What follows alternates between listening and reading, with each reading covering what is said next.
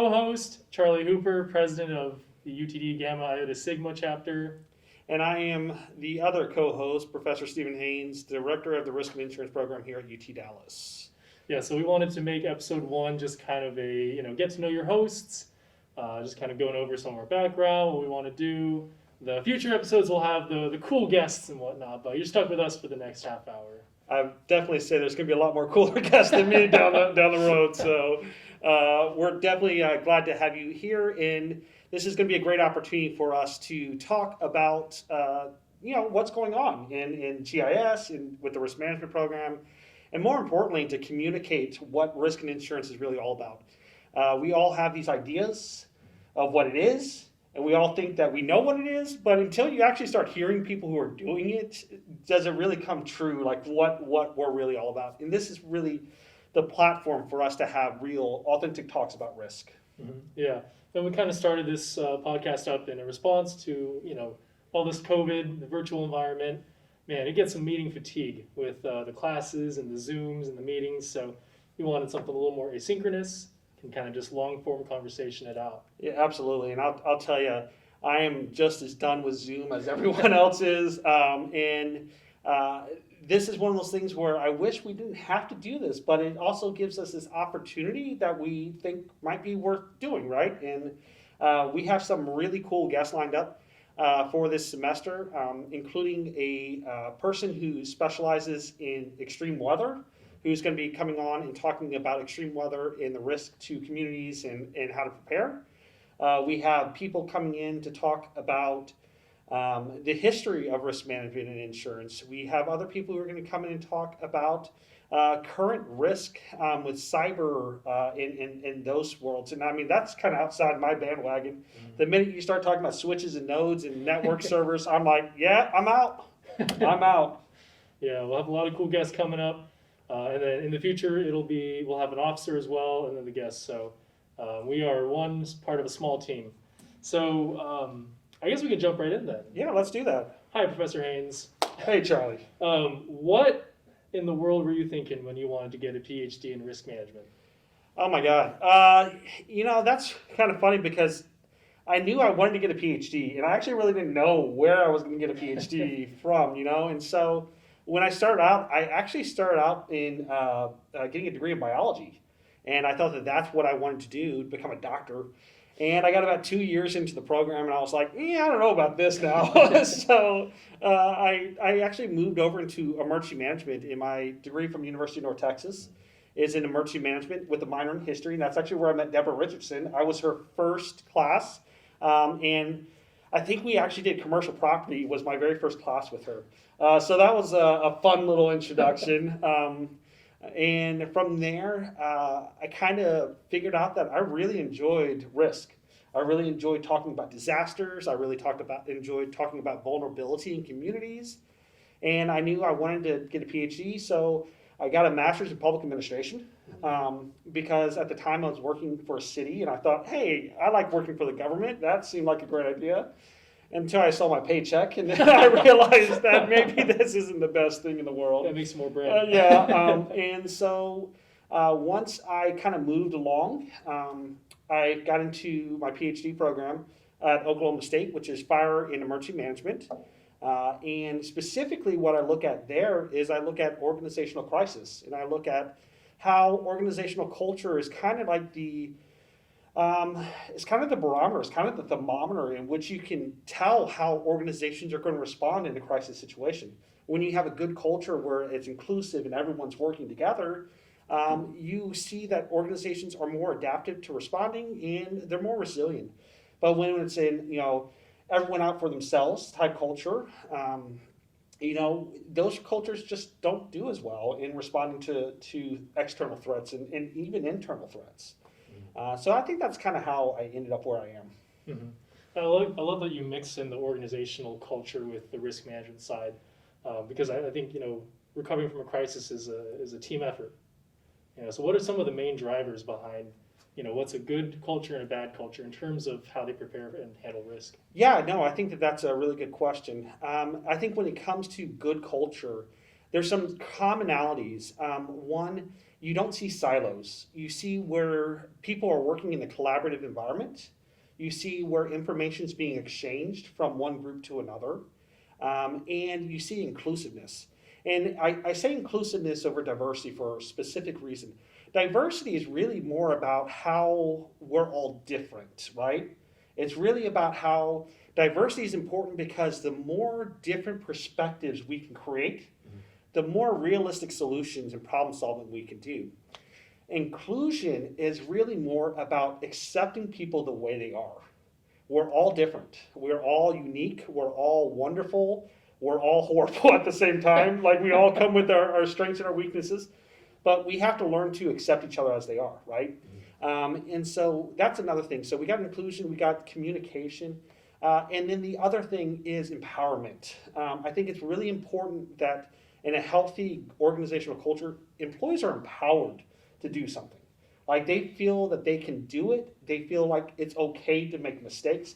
And the research term is called psychological safety. Okay, and psychological safety is all about inclusion. It's all about innovation, and it's all about the acceptance of failure.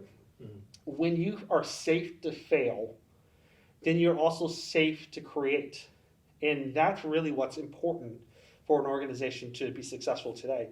And in fact, when we look at organizations that are failing, what we generally see is we see that the employees are not empowered to think differently. We have a group think mentality where everyone's thinking the same. So they don't want to take risks. They don't want to take risk, and that's it, right? I talk about risk in the program here in terms of insurance and risk being a bad thing, but risk is also very much a good thing. And enterprise risk management is really about how do we capture not only bad risk, but how do we also catapult to good risk, Yeah, I remember I think it was my junior year here, I took a project management course, right? And this is the same time I took my first intro to risk. And in intro to risk, Professor Richardson says, is risk a good thing or a bad thing, right? And we say, well, we think it's bad because if a building burns down, what's good? But then you think about, investing or capital expenditure, it's always a risk, but there's always an upside. There is. In project management, they say, oh, all risks are bad. You want it as exact as you can. And it's just kind of two worlds looking at risk differently. Absolutely. And I think what we really come to is whether or not it's all about your risk tolerance. How much risk are you willing to accept? Mm-hmm. Are you really a risk averse person, or are you a person who's actually more of a risk entrepreneur where you're like, I'm going to take this and I'm going to run with it? I'll tell you right now, me personally, I'm a little bit more risk averse in some areas of my life.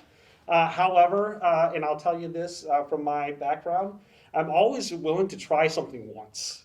Yeah. I'm just like, just try it once, whether that be a food or an activity or a game, just try it once and see, because I think that the human experience is best lived when we are willing to break out of our comfort zone. Mm-hmm. So, Charlie, you talked about meeting Professor Richardson a couple of years ago. Where are you coming from? What's your background? Yeah. So I come from Austin, Texas. So I've got a good 512 number. The weird place, right? Yeah. The weird place. Grew up there, 18 years. Lived in one spot. I was kind of I'd say I was a nerd back in high school. I loved all the Star Wars, the geeky stuff, Star Trek.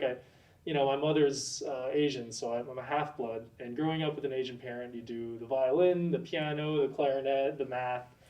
So never really grew up with sports or anything. But when I came to college, I decided to reinvent myself a little bit. I still did clarinet, did not the marching band, but the band here. Joined the powerlifting team, got into rock climbing, and kind of almost did a 180. And then, just kind of pursued finance because I was like, well, I don't want to go to med school. That's a lot of education. At the time, I didn't want to just sit at a computer all day doing computer science. So I thought, hey, business is pretty good. I got to the honor program here. So just kind of did this whole exploring thing. I did supply chain management, healthcare management. Was thinking of doing organizational behavior. So we might have had a more similar path, but I think we ended up being pretty similar anyway because I chose risk management. I was just at this lunch banquet thing through the student ambassadors, and Professor Richardson was there, and she starts talking all about risk and stuff, and I'm like, oh, this lady's really into risk. Yeah, right. And she's a talker. She'll get you talking. So Yeah, it was crazy. But I talked with her afterwards and said, hey, I love what you're talking about.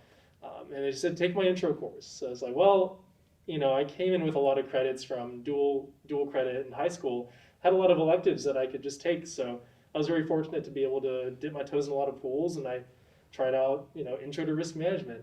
I just kind of liked it a lot, and just got more involved with GIS. Went on this big WSIA Chicago trip. oh yeah, And that's a cool one. It was fun. It was real fun. And I can't wait until GIS can start going to these travels in person. I can't wait either because Yeah. being in person is a heck of a lot better than these virtual conferences. So much better. So if any of our conference people are out there watching, we really are looking forward to that. Yeah. It's just so much fun. But yeah, so became an officer, and then yeah, that's kind of my whole academic side. I feel like there's a whole other story on like outside of the classroom. I was an orientation leader. They call them PAs here, which is RAs for other universities, just watching the dorms. I am very into my dance team. But yeah. Charlie, that's the one thing I picked up on you is like you're a fun-loving, active person, right? Why powerlifting? I just so I'll tell you what happened was orientation, right? I'm coming to UT Dallas for the first time. I actually never went to the school before registering for it. I just had a good scholarship. So I come in and I'm thinking, all right, I'm just gonna put my head down, do the courses, get out with a degree, no extracurriculars, just do the thing, get a 4.0. And then the first speech they give at orientation is the vice dean.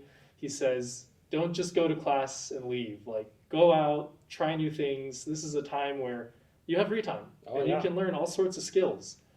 And I kind of took that to heart. And the next day at the orientation or the organization fair, just walking around, shaking hands, meeting people, and signing up for all the clubs. So that's kind of how I got into powerlifting. I'd always been skinny my whole life, and I thought, well, maybe I can try and get a little bit bigger. Right. And it was just good. It's a great. I think that focusing on physical health is just an important way to live about your life. So it was a good way to, get my energy out at the end of the day and just kind of focus on that physical side of health. I think that's awesome, Charlie. I think that's one of those things where it is important for our overall well-being to have a stress reliever, right? And right now with COVID going on, it's really hard to find that, right? We're all struggling. And I believe personally that we're all better when we're together. But when we can't be together, then we have to look for other things.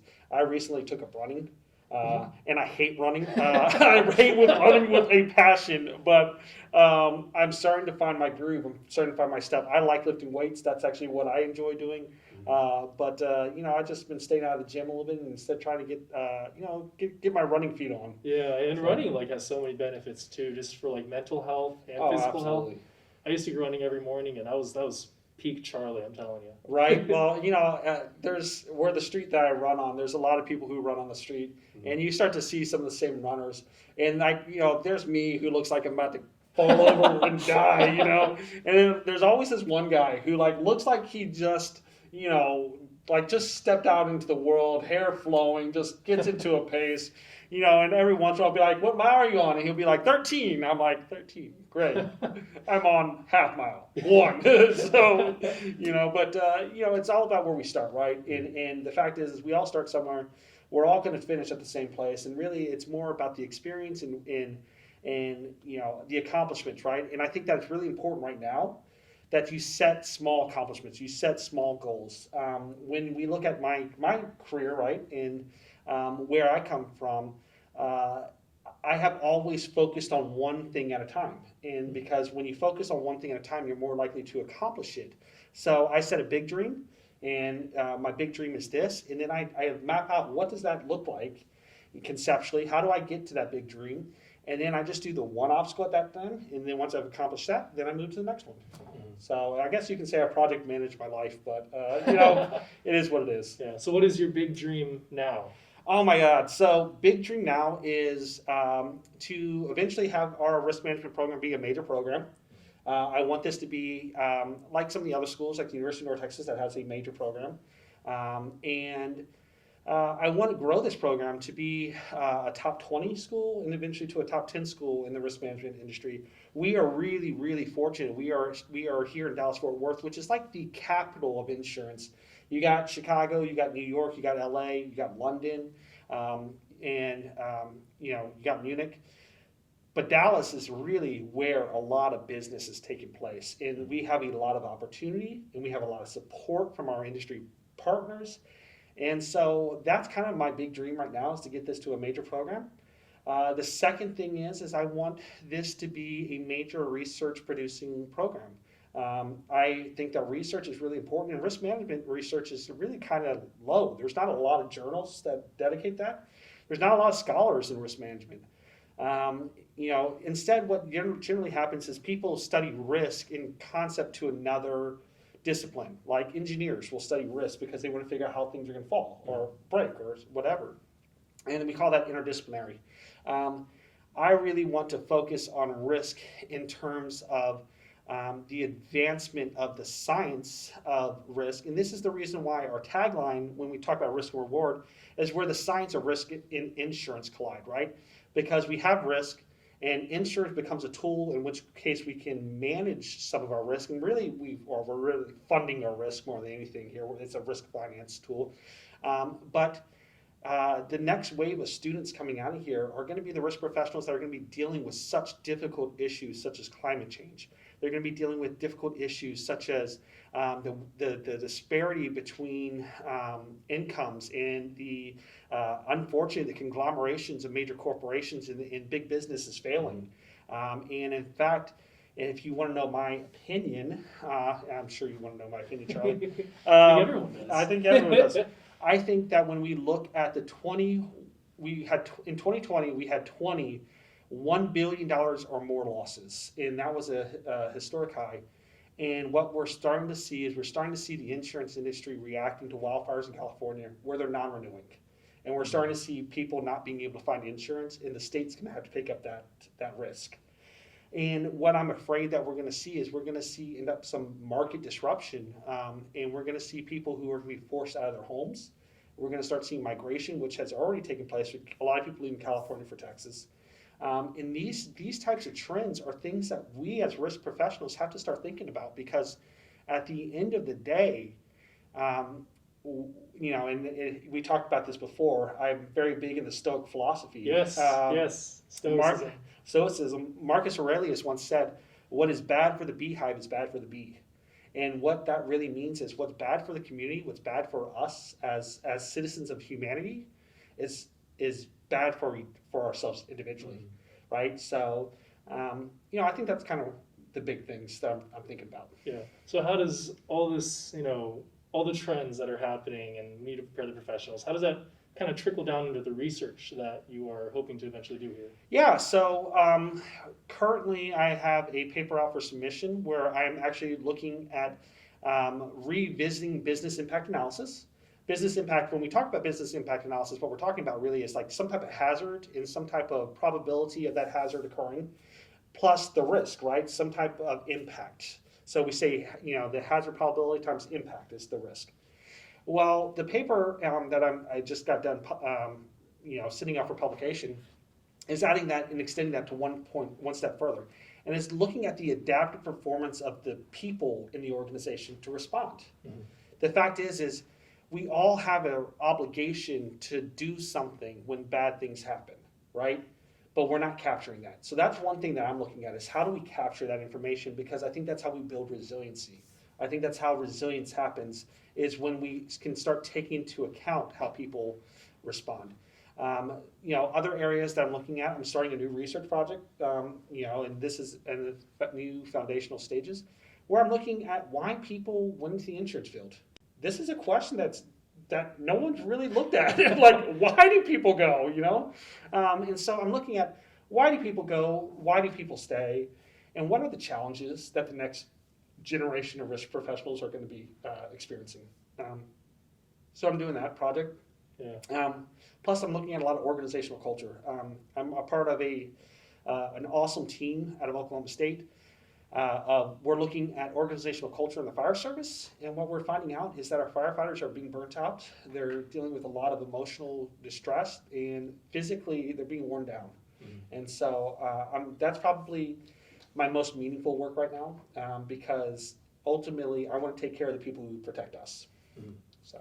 Yeah, well, a lot of cool stuff coming down the pipeline. I'm excited to see it. Yeah, well, thanks. If I'm still in school and the research starts ramping up, you let me know. I'll let you know, Yeah. Charlie. Now, hey, Charlie, I gotta ask though. When I came here, one of my jobs is to be the faculty advisor for GIS, Gamma Iota Sigma. And I didn't have GIS when I was at North Texas, so it's not something I was really familiar with. So, why GIS, Charlie? Why become an officer? And more importantly, why did you do it for so long? Yeah, I mean, I think it's a great program. And I need to give a shout out to Professor Deborah Richardson for helping build it up here. It's just been amazing that we have a really good, maybe like an intersection between, the professional world and the student world. Because we bring in so many employers and we have students come in, and the job placement rates for the GIS program is just, I think, in the high 90s still. It is. It's crazy. high. Yeah. Yeah, so I think it's just a great program. It prepares students to be professionals, and it's a great industry. I wouldn't do it if it wasn't a great industry. So, I just think it's a good way. I've gotten a lot out of GIS, the trips and the scholarships, and now I want to help GIS give back to the future students. So a big part of that is just we got to weather the storm for coronavirus and keep this alive. Absolutely, that's some real truth right there. I think it is important to point out, Charlie, that GIS is obviously scholarships and trips and getting lunch and learns. I think that's one thing when you're a college student in a normal setting. So free lunch is always really nice, right? Oh yeah. It's really nice. But at the same time, it's also a networking opportunity. What you're going to find out here is that risk management insurance is a really small field. When you look at how our industry is designed, that there's some major players that you're going to get to know, and that they move around and they form teams, and your teams will move around. And I think it's really important that you get there and you start building those relationships. And I think that's one thing that's really good about GIS is the networking opportunity. Mm-hmm. Yeah, I've just met so many people in the last, I think 2 or 3 years I've been in GIS, all the networking events, the trips, the mock interview days. You just meet so many people, and the students around you are, they got the same goal. They're still meeting people too. So awesome. Hey, if someone wanted to join GIS, Charlie, how would they do that? Yeah, we have an application on our website. We'll put a link up here or something. Or you can just email any of the officers and we'll help get you set up. We try to make it as easy as possible. Yeah, no, easy is always good. I think it's also important to know that when we look at GIS, we are also looking at an established organization that has a history of really focusing on student development, and they're a fantastic organization. I would not be representing them if it wasn't that I didn't believe in them, and I do believe wholeheartedly in them. Charlie, I also got to ask this other question. Where do you go from here? Where do I go? Whatever fulfills me. I'm so you're talking about risk tolerance. I know you're very risk averse. I'm very. What's the opposite of averse? Well, I guess risk entrepreneur would be a really good one. I like going with the flow, right? So I may not have an exact plan every second of the day, but I have a system, and I pursue systems rather than goals. So I just want somewhere that I'm fulfilled, where I can learn every day. I like variety of work. So currently, I've got an internship at Coverica, a Salesforce admin. It's really, really fun because, on one hand, I get to stay in the risk management industry. It's just fun. It's great. There's lots of just technological innovation coming. And to be kind of on that IT, CRM, data analytics side, I get to kind of ride that wave. So right now, this position is just where I want to be. And I know there's, it turns into full time, so I may just continue with that. But, like I said, risk entrepreneur. So if the wave takes me in a different direction, I just want somewhere where, I'm appreciated, and I guess pay is important as well. Yeah, pay is always important. Yeah, somewhere where I can learn. I kind of like this lifelong learner idea. Absolutely, and that's one thing I will say. When you go into the insurance field, I've been in the insurance field for over a decade. I've done producing, I've done claims adjusting, I've done loss control. I've been a corporate risk manager. I've been a consultant. So I've kind of got to see a lot of different things and got to experience a lot of different things. Pay is definitely good. I'm not going to lie. The pay is good in insurance. Also, the balance, work-life balance. You get vacations. I've actually taken vacations every year, and in my family, I have a awesome, beautiful wife and two kids. We go to Disneyland every other year, and when we're not going to Disneyland, that year that we're not going, we go to Canada to see my wife's family. So that's kind of fun. But I think it's this industry is really an important one. Insurance does not have, or excuse me, business does not happen without insurance. When the AIG 2008 AIG fallout bailout happened, if you will, there was a real fear that the insurance industry would fail. And when that failure happens, nothing moves. You can't move a car, you can't come to work, you can't sell products without insurance. Insurance is literally the thing that makes things work in this economy. What happens if there is no insurance? If there's How no, bad are the risks? well, let's talk about that. I mean, in a real world where there's no insurance, we're really talking more or less about political philosophy now, and we're talking about where the state controls everything. And if the state is absorbing the risk because there's no insurance, then we're talking about really where the exploitation of workers happens. The workplace becomes unsafe. People are being held under this system where if they speak out, they'll be terminated. If they do something wrong, they'll be terminated, and there's no job protection really. But let's extend that a little bit further to the consumer. There's no guarantee that you're going to be protected if the event that your house burns down, or the fact that you have a product defect and your child is hurt. Insurance is what gives us peace of mind that when bad things happen, someone's there to help us. And this is catastrophic losses, that don't go indemnified. Absolutely. So, in our program, we talk about systematic risk. We talk about risk as the individual. We talk about organizational and business risk. And I think that it's also important to understand that this program is changing. We have had a very heavy reliance on underwriting as being a big driver of a lot of this learning. But now what we're trying to get into is a more full perspective of insurance and risk. I'm trying to make sure that we talk about production. So the producers and underwriters, we start talking about claims adjusters. We start talking about loss control. We start talking about the back end guys, the analytics. I'm teaching a class this semester where we spend a lot of time talking about risk analytics, machine learning, Internet of Things.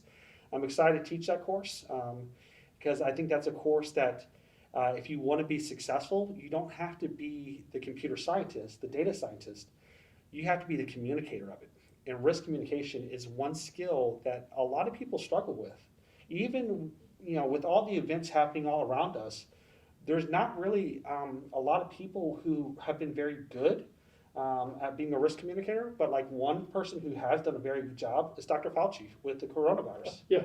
I mean, people trust him and people listen to him, and I think there's a reason for that. And I think that's because people see his title, they see his work history, they see, what he has done, but more importantly, there's a human element.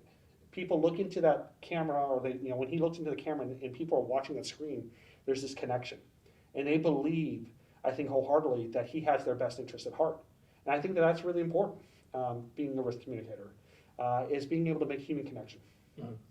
Yeah, I was doing this executive summary for a BCom class, and we're talking about data analysis teams, where you have all these really smart scientists, but at the end of the day, they don't add enough value to the company because their insights aren't communicated well. it's a bottleneck. It is. So being able to communicate is just so important. Yeah, and absolutely. And I've done a lot of data analysis in my career. Lord knows I have enough statistics in my life. And I'll tell you, one skill set that I think is really valuable is being a good communicator. And that's one thing I'm going to challenge students when you're taking my class this semester and going forward, is I'm going to expect you to give a presentation. I'm going to expect you to get up and actually talk, because I think that it's really important that we have that. Some other things that I think is really important is I believe very much in play. I believe that as an adult, one of the worst things about becoming an adult is you don't get to play enough. I grew up playing baseball and football and hockey, and I don't do it as much as I used to, mainly because if I get injured now, it takes me forever to heal. But the thing is I'm looking at doing things such as tabletops, where we actually do a disaster in one of the classes, and we actually work through that disaster planning, response, and recovery. We're going to be doing an extreme events game with GIS this semester, and that's something I want to do going forward, and I want to get other departments involved. We're going to be doing things such as the Skywar training, which is basically where you learn how to be a storm spotter for the National Weather Service. You learn how to detect thunderstorms, and you learn how to identify tornadoes formations, and you become basically the eyes in the field for the National Weather Service.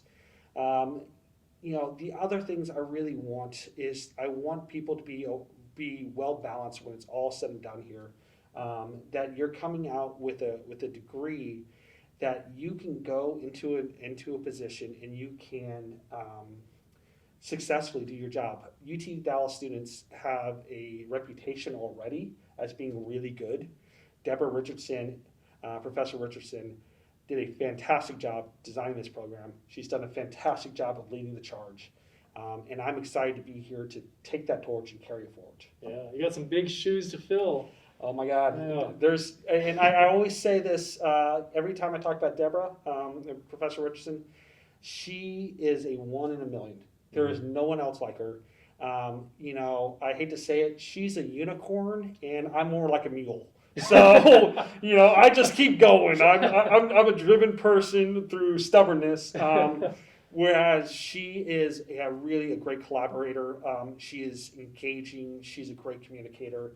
And I know that we miss her being here in this program, but at the same time, we are very fortunate that the legacy of what she's done is able to continue going with the students and with the industry partners.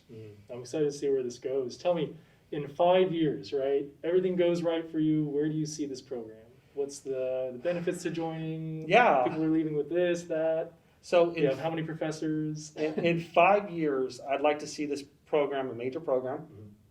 I'd like to see that we have at least one graduate class in risk management, maybe a corporate risk management class. Yeah. I would like to see another faculty member, an assistant director, as well as continue to expand our adjuncts. I'd love to see our student population count to over 300 students per semester. Right now, we're sitting at 180 to 190, so I think that's very doable. Yeah. And I think this is the one that matters the most to me. I want to see our alumni group grow and be successful. And I want to see them moving up into management positions. I want to see them being leaders of change. And I want to start being able to praise them in every area of the industry, because I do believe UT Dallas students are above the rest. Y'all are smart, you are dedicated, you are gifted. I don't know that I could have gotten into UT Dallas when I got into my undergrad. I just don't know that I would have been able to. But I can tell you that the caliber of student impresses me. The commitment of our students is astounding. And more importantly, I got tons of employers who are begging me to place them with students because y'all are different. Y'all are awesome. Well, we appreciate that. We try our best. I think UTD is a good school. It really does, prepare people. And I don't know, I just think if you look for the opportunities for growth, they're there. Absolutely. And I will tell you, once this is all said and done and COVID is over, there's some fun activities that I'm planning on. For instance, I'm planning on us having the Olympic Games, Oh, the yeah. Olympic Games. Oh, yeah. It is unconventional Olympic Games. For instance, I just want to do one of the things. We're going to be doing a water balloon launching contest into trash cans. So you have to form a three-man team and launch water balloons. Nice. And I'm looking to also doing egg juggling. So Could let's get find. messy. Could get Yeah, messy. could I get a like little it. messy, but these are things that I think are really important. Like I said, I believe in play, and I believe that we all are better when we get to laugh together, where we get to enjoy things. And I'll tell you, there's nothing better in life than when you laugh so hard that your side hurts, right? And so those are the types of experiences that I want our students to have. And I want to be a participant in those laughters, right? So I'm really excited to see where we go from here.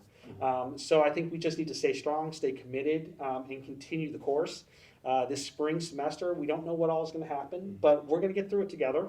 And I think at the end of it, we're going to be stronger because of it. Yeah. Yeah. Well, yeah, I love your philosophy on play. I mean, as I get older and older, I feel like there's less and less opportunities to just have fun. I got a board game group that meets once a week, and that's kind of my play and my dance team. But yeah. Right? Well, I completely understand. And I just want to say that, I think it's really important that when we talk about careers also, we talk about the fact that we should follow our passions, which may not necessarily be our job. So always be passionate about something, always be driven, and always be learning. Well, man, I can't wait to film many, many more episodes of this podcast with you. You have a lot of wisdom, and I'm excited to get more guests on here. So that's kind of Risk and Reward episode 1. I hope you enjoyed getting to know me and Professor Haynes here. Looking to have these episodes out every 2 weeks. Every 2 just weeks. about. Just kind of talking about where the science of risk and insurance collide.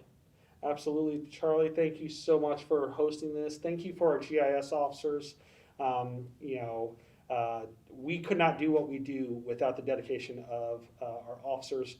And I think more importantly, I think it's important that we just say this, thanks for listening. Thanks for connecting with us. Thanks for reaching out. You can email me anytime at stephen.haynes@utdallas.edu.